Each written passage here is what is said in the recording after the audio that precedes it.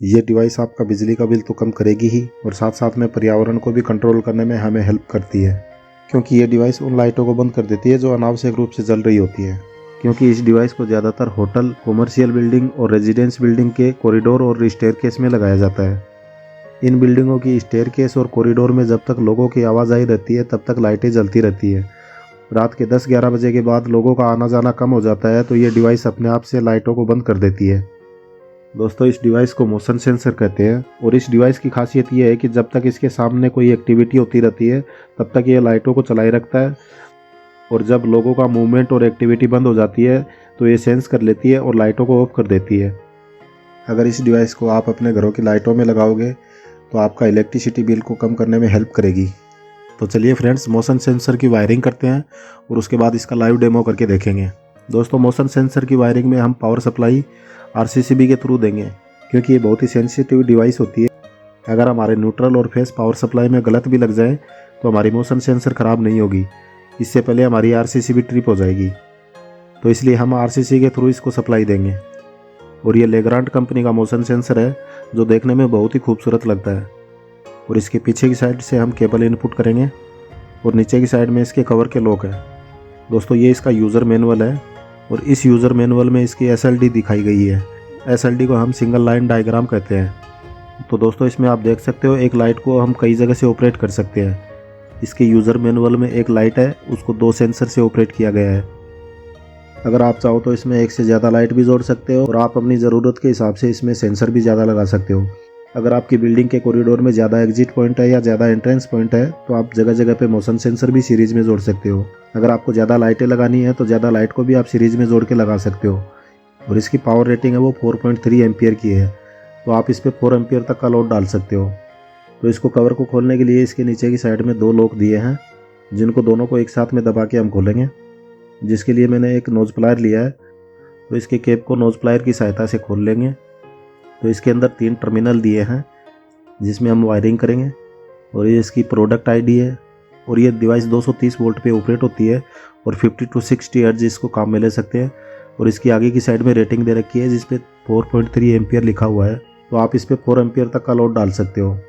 और इसकी left side में 2 प्रीसेट देख रहे हो आप, तो इन प्रीसेट से आप डे लाइट और टाइम डिले की सेटिंग कर सकते हो। और इसके जो 3 टर्मिनल है उसमें सबसे पहले 1 लिखा है, दूसरे में L लिखा है, तीसरे में न्यूट्रल है। लाइन और न्यूट्रल में हम पावर सप्लाई देंगे और हमारी लाइट पे जो सप्लाई जाएगी वो टर्मिनल नंबर 1 से जाएगी और न्यूट्रल है वो कॉमन रहेगा। तो दोस्तों, पहले मैं इसकी वायरिंग कर लेता हूँ, उसके बाद में इसकी परफॉर्मेंस को चेक करेंगे।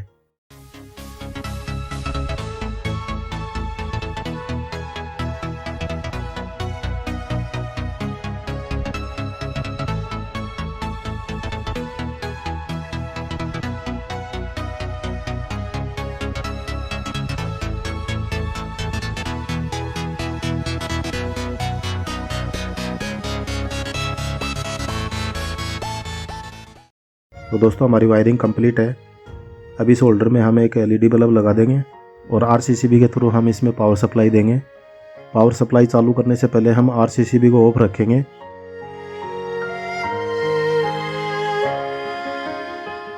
और RCCB को चालू करने से पहले हमको ये श्योर करना पड़ेगा कि हमारी जो फेस सप्लाई है वो फर्स्ट टर्मिनल से ही बाहर निकले। तो दोस्तों, हमने पावर सप्लाई चालू कर दिया, हमारा LED बल्ब जल रहा है और हमारा सेंसर है वो अच्छे से काम कर रहा है। अब इसका जो टाइम डिले है उसकी सेटिंग करते हैं मिनिमम पे। अब मैंने इसकी टाइम डिले सेटिंग है वो मिनिमम पे कर दी है। अगर मैं इसके सामने हिलता डुलता रहूँगा तब तक ये बंद नहीं होगी, तो इसलिए मेरे को यहाँ से हटना पड़ेगा और मैं इसकी बैक साइड में चला जाता हूँ।